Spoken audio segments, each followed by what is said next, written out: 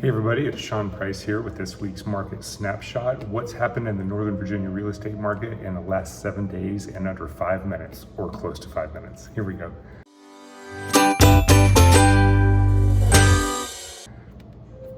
Okay, so apologies for the camera angle here. I am hosting an open house just like I did last week on a separate video. But I want to go ahead and get these statistics out to you so that you guys had it as you're going through your home searches. So basically, the feel of the market, it is Labor Day weekend, so the feel of the market is a little bit slow, but if you look at what's happened over the last 7 days, you're going to see that the market is moving a little bit differently than how it actually feels. So let's just get into the numbers. Let's not talk about the feel right now. Let's just get into the numbers so you know exactly what's going on.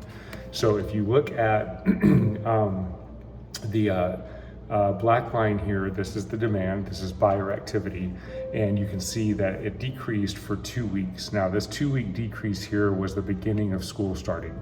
So that's a normal time for buyers because they're getting used to the new schedule, fall sports are beginning, so that's a normal process. Well, you can see that activity in the last 7 days for the week after school started shot up pretty significantly. So the buyer activity is actually higher this year than it was last year.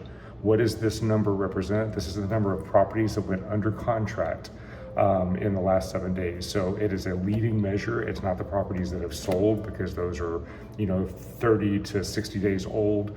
This is 7 days worth of data, what went under contract. You can see the inventory since about mid-July it decreased, and then it kind of stayed steady, and it's still at a steady space. So even though inventory is staying steady, buyer activity was high here, took a 2-week dip because of school starting, but now it's back up to high again. So what that did was that takes, if we go down to this bottom graph, we've got the normal market, which is the gray line here. Anything above that is a seller's market, anything below that's a buyer's market. You're gonna see that we were sitting at a normal market for 2 weeks when the buyer activity had come down. We were sitting at a nice normal market, but now that buyer activity has picked back up, the demand has picked back up, but the supply has not. We moved back up into a seller's market. So here's a warning to buyers. Buyers, the market feels a little bit slow right now, but you can see it's actually busier as far as demand is concerned than it was last year.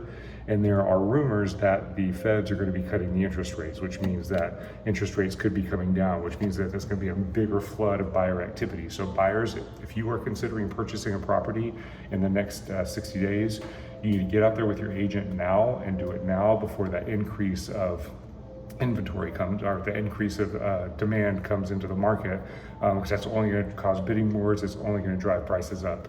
Sellers, right now you have to price your property appropriately. You have to prepare it appropriately. Even though inventory has come down just a little bit, it's still a decent amount of inventory. And if you look at this versus where we were last year, it's about maybe 15%, 20% higher. So it's higher inventory than it was last year. So you do have more competition, so you have to prepare the property and present it appropriately. We are seeing properties starting to move quicker, but they're the ones that are priced right and prepared. So what does this mean contract-wise? Because this is important. So we're gonna go over here to our next slide, which is 167 contracts received by Cardinal Title Group. That's the title group that Kelly and I partner with. You can see that about 20% of properties in the last 7 days went higher than listing price. So that's actually down a little bit. Usually it's been about 26, 27%, almost 30%. 36% of properties went at the list price. So that's a total of 56 property, or 56%. Usually that's more in the 65 to 66% range. These stats don't necessarily match up day by day with the graph that I just showed you. These stats have a little bit of a lag time that was in that school time when the buyers were out of school, or when the school was just starting, so buyer activity wasn't so high. So that would explain why there was less demand during that time, that we had that 20%, is that lower amount that went over asking price. That was a great time to buy. Anytime, if you're a buyer, the great time to buy is when the demand is lower.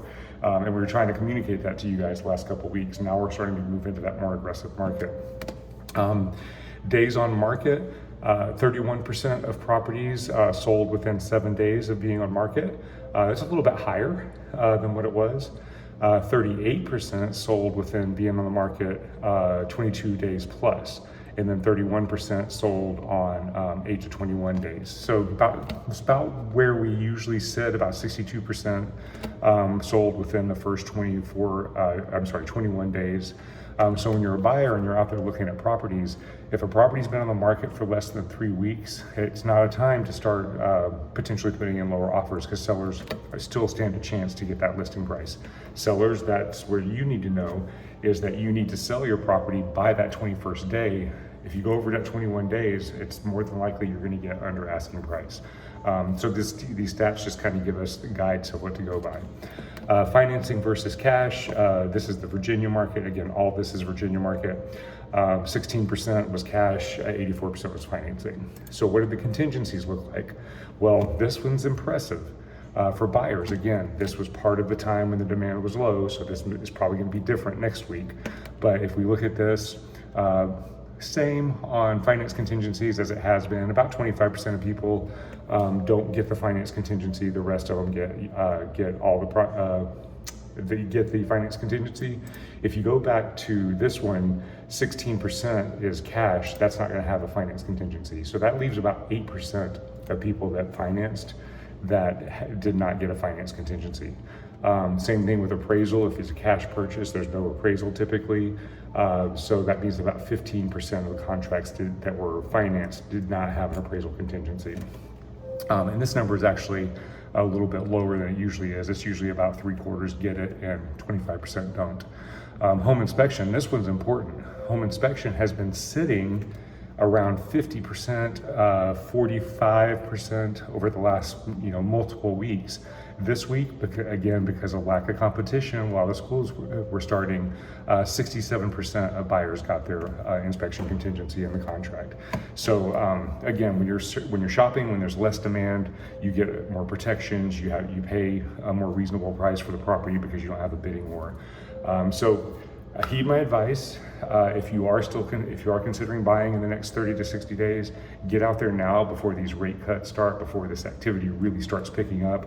It's going to be more competitive than it was with these numbers, but hopefully it won't be as competitive as it will here in the next few weeks. All right, if you have any questions, please feel free to reach out to us. If you're a buyer and you're considering going into the market and you would like us to sit down with you and talk about your situation individually, happy to do that. Same thing with our sellers. Willing to come over, take a look at the house, walk through the house, let you know what you could do to improve, what you could do to prepare, and what you might be able to sell the house for, especially in today's market.